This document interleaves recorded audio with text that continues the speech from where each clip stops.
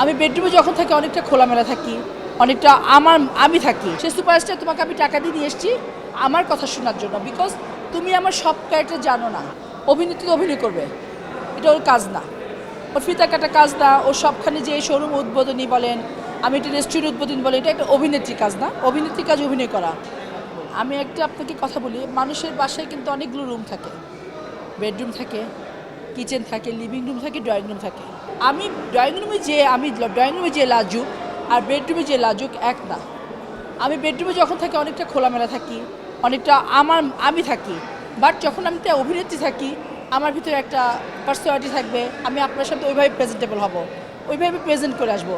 যখন আপনি নিজের প্রেজেন্টেবল জায়গাটা হারিয়ে ফেলেন, তখন আপনি সম্মান কোথায় পাবেন? সে কারণে আমার মনে হয় না যে সবসময় নিজেকে ওপেন রাখা উচিত। নিশো দেখেন, সাকিব খান দেখেন, কিছু কিছু যারা আছে, ওরা কিন্তু সবসময় আসে না, সব মানুষের সামনে এত আসে না, এবং ওদের সম্মান যায় না, এবং ওদের মনে করেন ওদেরকে মানুষ ওইভাবে দেখার জন্য উদ্গ্রীব থাকে।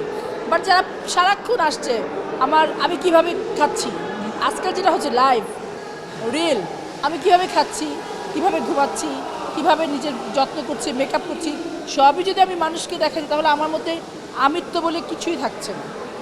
এটা আসলে হারিয়ে গেছে। হয়তো বা এখন মানুষের নিডনেস বেড়ে গেছে, টাকার প্রয়োজন বেশি। তখন হয়তো সম্মানের প্রয়োজন বেশি ছিল, আর নিজের সম্মান রক্ষা করতে পারতো। এখন হয়তো চারপাশে পরিবেশ অন্যরকম, স্রোতে গা ভাসানো সবাই, মানে আমি এটা পছন্দ করি না। আমার কথা হচ্ছে, হয়তো স্রোতে গা ভাসাচ্ছে যে ও করছে, টাকা পাচ্ছে ইউটিউবে। আজকাল তো পেজগুলো রিলগুলো করলে অনেক টাকা পায়, হয়তো এটাও একটা হতে পারে। যেই ডিরেক্টরের ডিগনিটি আছে, মেধা আছে, যত বড় সুপারস্টারই হোক, কখনোই সে এসে একটা ডিরেক্টরকে বায়াস্ট করতে পারবে না, কারণ এটা আমার সেট। সে সুপারস্টার তোমাকে আমি টাকা দিয়ে নিয়ে এসেছি আমার কথা শোনার জন্য, বিকজ তুমি আমার সব ক্যারেক্টার জানো না, আমার প্রেজেন্টটা জানো না। বাট যখন একটা ডিরেক্টর তার পার্সোনালিটি হারিয়ে ফেলে, তখনই কিন্তু একটা অভিনেতা বা অভিনেত্রীর সুযোগ নেই। এটা সবার ক্ষেত্রে কিন্তু হয় না, কিছু কিছু ক্ষেত্রে হয়। সব ডিরেক্টরের সাথে যে সব আর্টিস্ট যে ওর উপরে ডিরেকশন দেবে, এটা কিন্তু সবাই পারে না। এটা আসলে আর্টিস্টদের দোষ না, এটা ডিরেক্টরের দোষ। আর্টিস্টদের দোষ নেই। আর্টিস্ট তো আপনি যদি কাউকে সুযোগ দেন, সে তো সুযোগ নেবেই। আপনি সুযোগ দিচ্ছেন কেন? আর সে তো বলার কিছু নেই, সেই সব কিছু মেনে বুঝে আসে।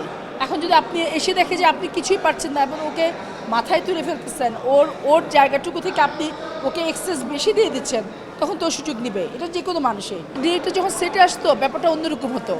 সবাই অনেক ভয় পেত, সমস্ত পাওয়ার, সমস্ত মানুষের কনসার্ন সব ওই ডিরেক্টরকে ঘিরে থাকতো। বাট আমি যখন আমার ডিরেকশন প্রফেশন চেঞ্জ করে যখন আমি ডিরেকশনে এসেছি, আমি দেখলাম ওই সম্মান বোধটুকু আর নেই। এখন আমাদের সেক্টরটা আমাদের মিডিয়ারই অন্য সেক্টরের হাতে চলে গিয়েছে, যেটা আগে ডিরেক্টরদের হাতে ছিল। হ্যাঁ, এখন মনে করেন সমস্ত পাওয়ার বলেন, সম্মান বলেন, সব ডিরেক্টরদের হাতে নেই।